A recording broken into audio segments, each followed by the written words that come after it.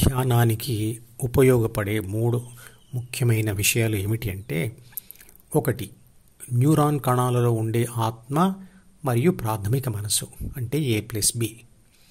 2 neuron కణాల బయట ఉండే ద్వితీయ మనసు అంటే C+D+G. ఇక 3వది 5 జ్ఞానేంద్రియాలు అనబడే కళ్ళు, చెవులు, ముక్కు, నాలుక, చర్మం మరియు కర్మేంద్రియాలు అనబడే కాళ్ళు, చేతులు అంటే ఈ వరుస క్రమంలో ముందు మనిషిలోని A+B ఉంటుంది, తర్వాత C+D, తర్వాత ఈ అంటే జ్ఞానేంద్రియాలు లేదా కర్మేంద్రియాలు, ఆ తర్వాత ప్రపంచం అంటే F ఉంటాయి. పుట్టుకతో వచ్చేది ప్రాథమిక మనసు మరియు తర్వాత పెరుగుతూ మనిషి తనకు తానే ప్రపంచాన్ని చూస్తూ అనుభవిస్తూ రాసుకునేది ద్వితీయ మనసు. ప్రపంచ సమాచారంను జ్ఞానేంద్రియాల ద్వారా లోన ఉన్న A+B అంటే న్యూరాన్ కణంకు వచ్చే దారులు మరియు బాహ్య ప్రపంచంలో అమలు చేసే A+B అంటే న్యూరాన్ కణం యొక్క సూచనలు వెళ్ళే దారులు వేరువేరుగా ఉంటాయి. ఆ దారుల మధ్యలోనే ద్వితీయ మనసు ఏర్పడుతుంది. అలా ఏర్పడిన ద్వితీయ మనసులో C అంటే అహం మరియు D ప్రాపంచిక సమాచారం మరియు ధ్యాన కోరికతో సహా ఇతర కోరికలు ఉంటాయి. అవే జ్ఞాపకాల గదులు లేదా వంతెనలు. వాటినే సైనాప్స్లు అంటారు. అప్పుడే జన్మించిన శిశువుకు ప్రపంచ అనుభవాలు ఉండవు కాబట్టి జ్ఞాపకాలు కూడా ఉండవు.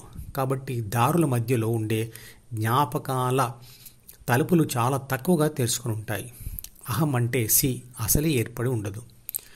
కనిష్టంగా తెరుచుకుని ఉన్న ఆ గదుల తలుపుల ద్వారా మొట్టమొదటిగా వచ్చే బలహీన ప్రపంచ సమాచారంను A+B అనుభవించి ఆ సమాచారంను ఆ గదులలోనే రాస్తుంది. అప్పుడే అహం పుట్టడం మొదలవుతుంది.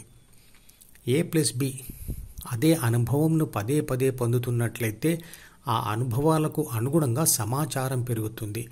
ఆ పెరుగుతున్న సమాచారానికి జ్ఞాపకాల గదుల తలుపులు చాలా ఎక్కువగా తెరుచుకుంటాయి.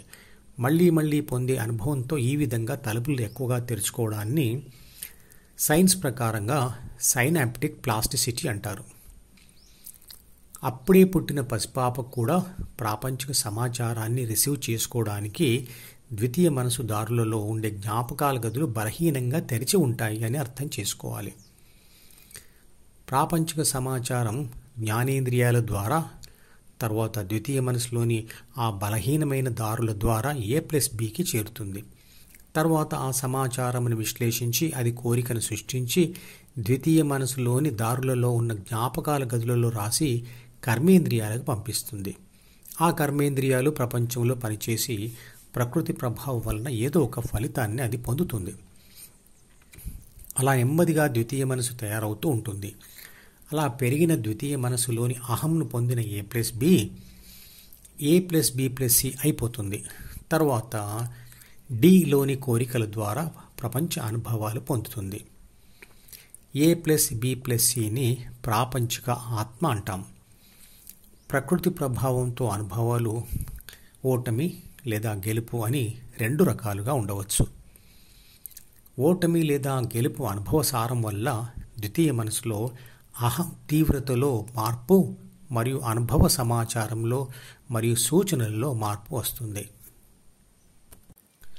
అలా మార్పు చెందిన ద్వితీయ మనసు వల్ల ప్రాథమిక మనసులోని అంటే జీన్స్ పుస్తకంలోని 3 బాధ్యతలతో కూడిన 6 గుణాల అధ్యాయమును చదవడంను ఆత్మ తగ్గించవచ్చు లేదా పెంచవచ్చు లేదా వదిలివేయవచ్చు. అంటే ప్రపంచ అనుభవాలు మారితే ద్వితీయ మనసు మారుతుంది. మారిన ద్వితీయ మనసు ప్రాథమిక మనసును మారుస్తుంది.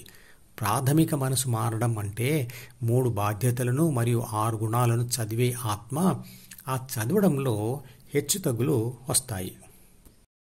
ఈ మధుపదం యూట్యూబ్ ఛానల్ వీడియోని సబ్స్క్రైబ్ చేసి గంట గుర్తును నొక్కి ఆల్ని సెలెక్ట్ చేసి ప్రతిరోజు యూట్యూబ్ ఓపెన్ చేసి అడుగున ఉన్న సబ్స్క్రిప్షన్ బటన్ నొక్కితే అన్ని లేటెస్ట్ వీడియోలు చూడవచ్చు.